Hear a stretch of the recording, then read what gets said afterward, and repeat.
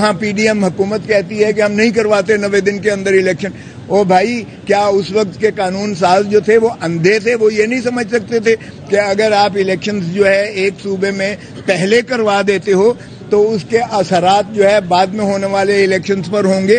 تو قوم کے سامنے آشکارا ہو گیا کہ یہ صرف الیکشن سے فرار کے راستے ڈھونڈ رہے ہیں اور یہ جمہوریت کو جو ہے یہ دفن کر چکے ہیں. آئین جو ہے 9 مئی کے نیچے جو ہے پوری طرح تدفین ہو چکی ہے اس کی. اس لیے سردار لطیف کھوسہ سپریم کورٹ کے باہر میڈیا سے گفتگو کر رہے ہیں. سینکڑوں نے فون کر کے کہا ہے کہ سائیں ان کا آپس کا دشمنی تھی, ان کی برادری کے قتل مقاتلے سے جس میں وہ جو ہے شر قتل ہوا ہے. تو میں شر کے ساتھ ہوں, اس کے لواحقین کے ساتھ ہوں. اس کا میں پورا چاہتا ہوں کہ کیفر کردار تک پہنچے جو بھی قاتل ہے, اور میں اس کے درجات اللہ میاں بلند کرے. اس کی فیملی کے ساتھ میں جو ہے پوری طرح جو ہے اس کے ساتھ ہوں. کہ کیا آپ سمجھتے ہیں کہ منتخب حکومتیں پنجاب اور خیبر پختونخوا میں وہ عام الیکشن کروائیں گی؟ 14 مئی کو اگر ہو جاتا تو پھر وہاں منتخب حکومتیں ہوتی اور عام الیکشن ان کے زیر انتظام ہوتا.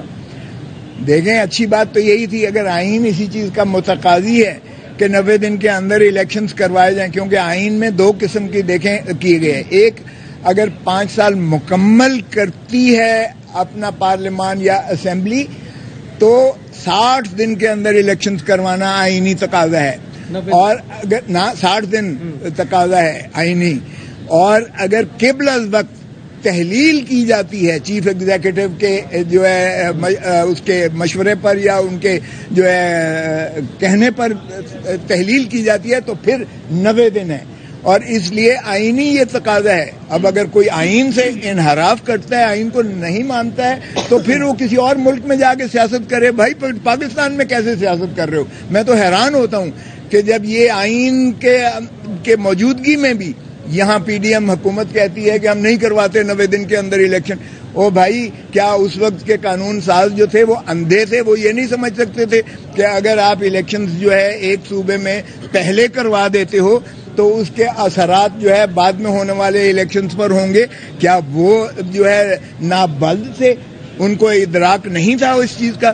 سو اگر آئین میں ایک آئین بنانے والوں نے اس کو جو ہے یونانیمسلی کیا ہے, متفقہ طور پر کیا ہے, 18ویں ترمیم میں بھی متفقہ طور پر ان چیزوں کو جو ہے رکھا گیا ہے, تو پھر اس کے بعد آپ تذلیل کرتے ہو آئین کی, اور تذلیل کرنے والا آئین کو توڑنے کے مترادف ہوگا. یہ آئندہ تاریخ دیکھ رہی ہے. جب آئندہ کوئی حکومت آئے گی جو آئین پر عملداری کرے گی تو یہ جو ہے سبروگیشن آف کانسٹیٹیوشن کے مرتکب ہوں گے اور آرٹیکل 6 میں ان کا ٹرائل ہوگا.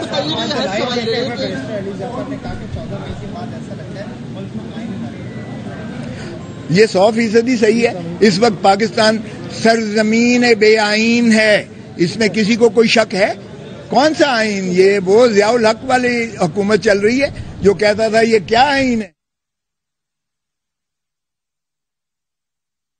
یہ تو جمہوری حکومت ہو کے آئین کے ہوتے ہوئے یہ بھی اسی طرح کر رہی ہے. کس آئین کی بات کرتے ہو؟ یہ اپنے آئین پر جو ہے عملداری ہے. 2/3 پاکستان یعنی پنجاب میں اور خیبر پختونخوا میں نہ یہ لوگوں کو, جمہور کو, نہ یہ حق رائے دہندی ووٹ دینے کا حق دے رہے ہیں, نہ ان کو اپنی اسمبلیاں بنانے کا حق دے رہے ہیں, نہ ان کو اپنی حق حکمرانی کا اپنے صوبوں میں جو ہے حق دے رہے ہیں. دونوں صوبوں میں جو 2/3 پاکستان بنتا ہے اس وقت کیئر ٹیکر حکومت غاصب ہیں, کیونکہ 90 دن کے متجاوز ان کا کوئی اختیار نہیں رہ جاتا ہے. سوال لے لیں شیراز نیو ٹی وی سے. ہم نے دیکھا کہ 14 مئی کو انتخابات کرانے کا حکم دیا گیا سپریم کورٹ کی جانب سے. 3 مئی کو انسانی اپیل بھی دائر ہوئی. اس کے بعد 14 مئی کو انتخابات نہیں ہوئے. جو ہم جیسے قانون سے نابلد لوگ ہیں, جو عام عوام ہے, ان کی اطلاع کے لیے کہیے گا کہ اس مقدس عدالت کی کیا اہمیت رہے گی؟